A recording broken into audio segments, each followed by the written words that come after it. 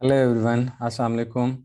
It's been a long time I could not make any video for all of you, so I thought I should do it today. The video will be shorter, but it's a good source of being in touch with all of you.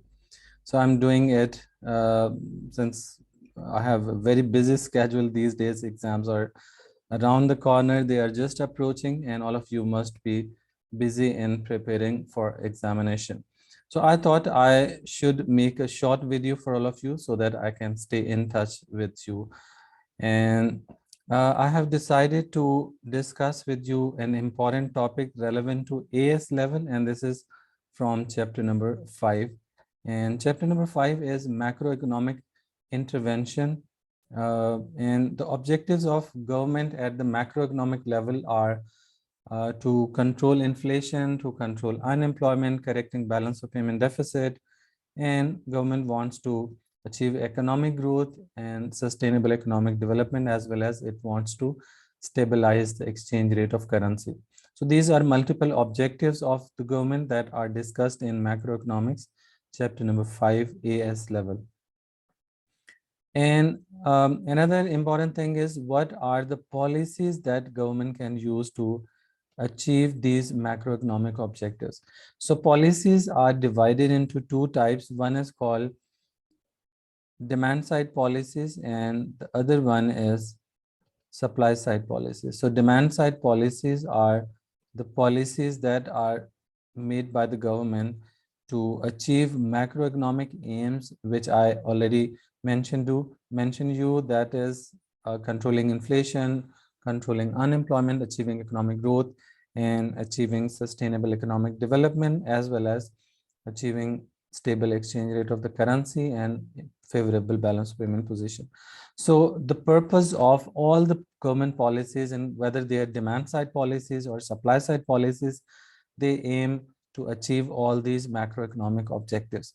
So demand side policies are the policies that are adopted by the government to achieve these aims by manipulating aggregate demand in the economy. So aggregate demand, as you must know, that it is the sum of consumption plus investment plus government expenditure plus exports minus imports. So this is net export, and this is consumption by the consumers, this is investment by the investors, this is government expenditure made by the government, and this is net export definitely. So demand side policies are further divided into, keep in mind, whenever we talk about demand side policies, it means we want to manipulate these components to achieve macroeconomic aims. And demand side policies are further divided into two types. One is called fiscal policy. I'm using FP for fiscal policy. And the other one is called monetary policy. So in this lesson, I will be focusing on fiscal policy, and in the next lesson, I will focus on monetary policy. So fiscal policy is the policy of government in which what government does is basically government manipulates direct taxes. Number one is direct taxes, and government also manipulates government spending to achieve macroeconomic objectives. And fiscal policy is divided into further two types. One is called expansionary fiscal policy and expansionary fiscal policy, and we also call it reflationary or inflationary fiscal policy. Reflationary or inflationary fiscal policy. Fiscal policy, FP, I'm using FP for fiscal policy. As the name suggests, fiscal policy is the policy of government. Expansionary fiscal policy is the policy of government that results in expansion in the economic activity, right? Economic activity will increase, and it is also known as reflationary or inflationary because it causes inflation in the economy. So what happens when government uses expansionary policy?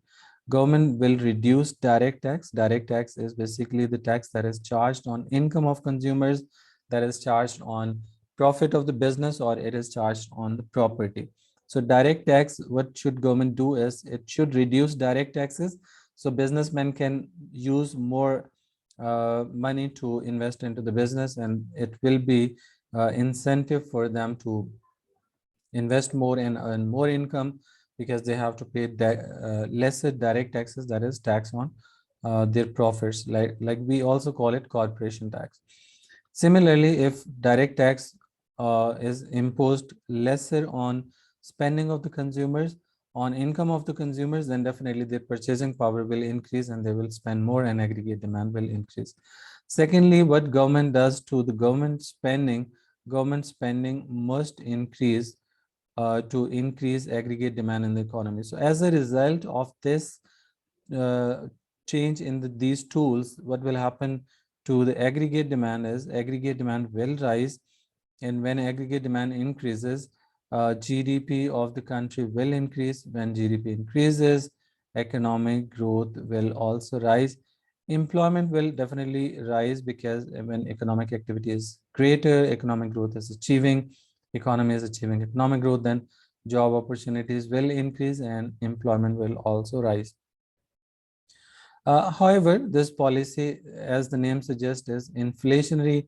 It will increase inflation in the economy. Demand pull inflation will rise. So this is arrow key. Upward arrow key mean increasing, and whenever there is downward arrow, that will show that there is decrease in this variable. Okay, so now we can make a graph showing expansionary impact on an economy, and you can just have a look on this graph. We have technically we have real GDP, or we can write output here. Keep in mind, you cannot write quantity here because quantity is, we write quantity whenever there is microeconomic issue, but since we are talking about macroeconomic issue, that is for the overall economy, we use real GDP or output here, and this is origin point, and now we have to write price level on y-axis. Whenever there is microeconomic issue, when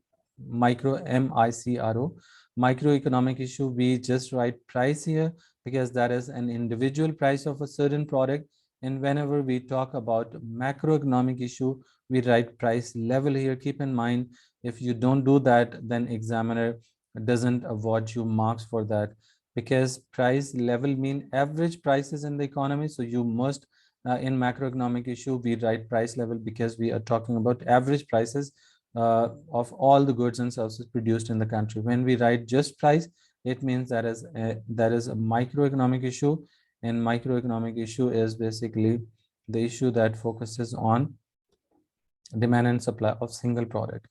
So this is aggregate demand that is negatively sloped. This is aggregate supply that is positively sloped.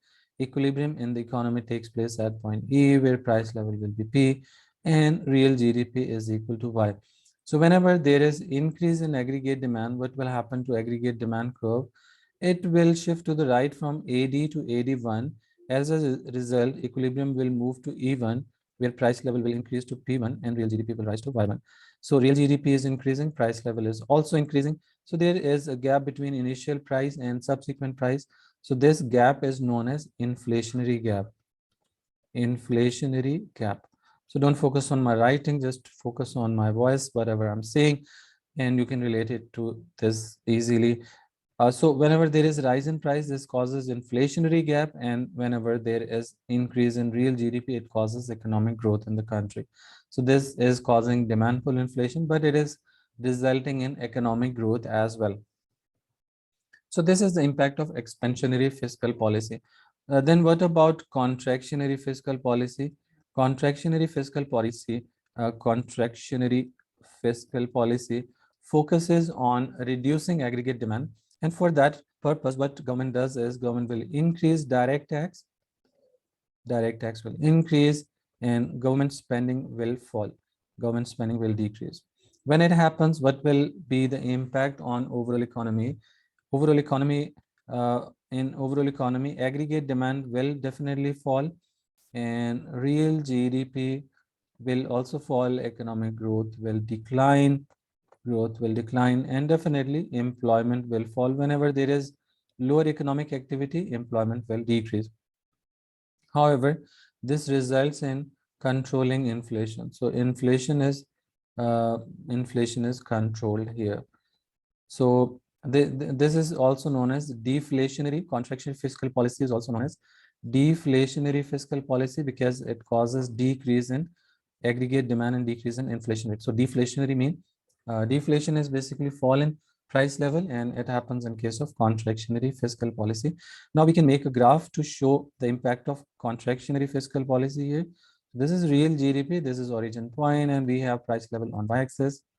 And this is aggregate demand, negatively sloped, and this is aggregate supply, that is positively sloped. Equilibrium is initially at E, price level is P, and real GDP is Y. Now, what will happen? What will happen if there is decrease in aggregate demand? Definitely, it will shift to the left.